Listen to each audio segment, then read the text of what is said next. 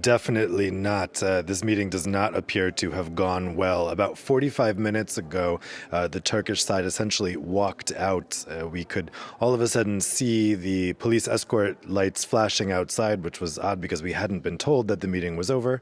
And then we heard that Erdogan had left the building very abruptly with no press conference. Now, we did have a press conference from Presidents von der Leyen and President Michel. From the EU side, they were putting a diplomatic face on it, but it appears essentially they can't come to an agreement about what they agreed in 2016.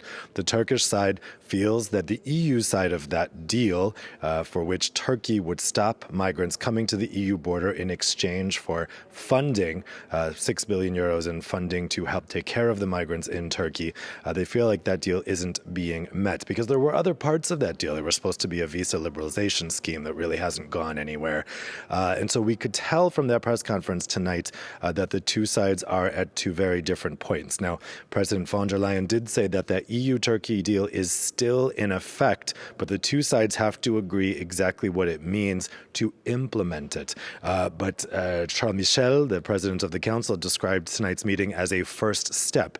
That's definitely not how it was being described earlier today. So it appears that the two sides are just very far apart on exactly what that deal means. And what now remains to be seen is whether this causes the deal to really unravel.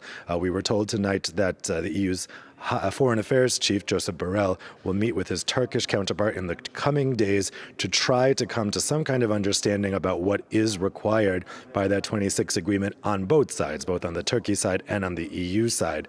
But really, it doesn't seem, when I'm talking to people on the EU side, it really doesn't sound like they have high hopes for that agreement. It looks like nerves were tested tonight, and it did not end well. Dave, thanks very much indeed. Dave Keating there with the very latest.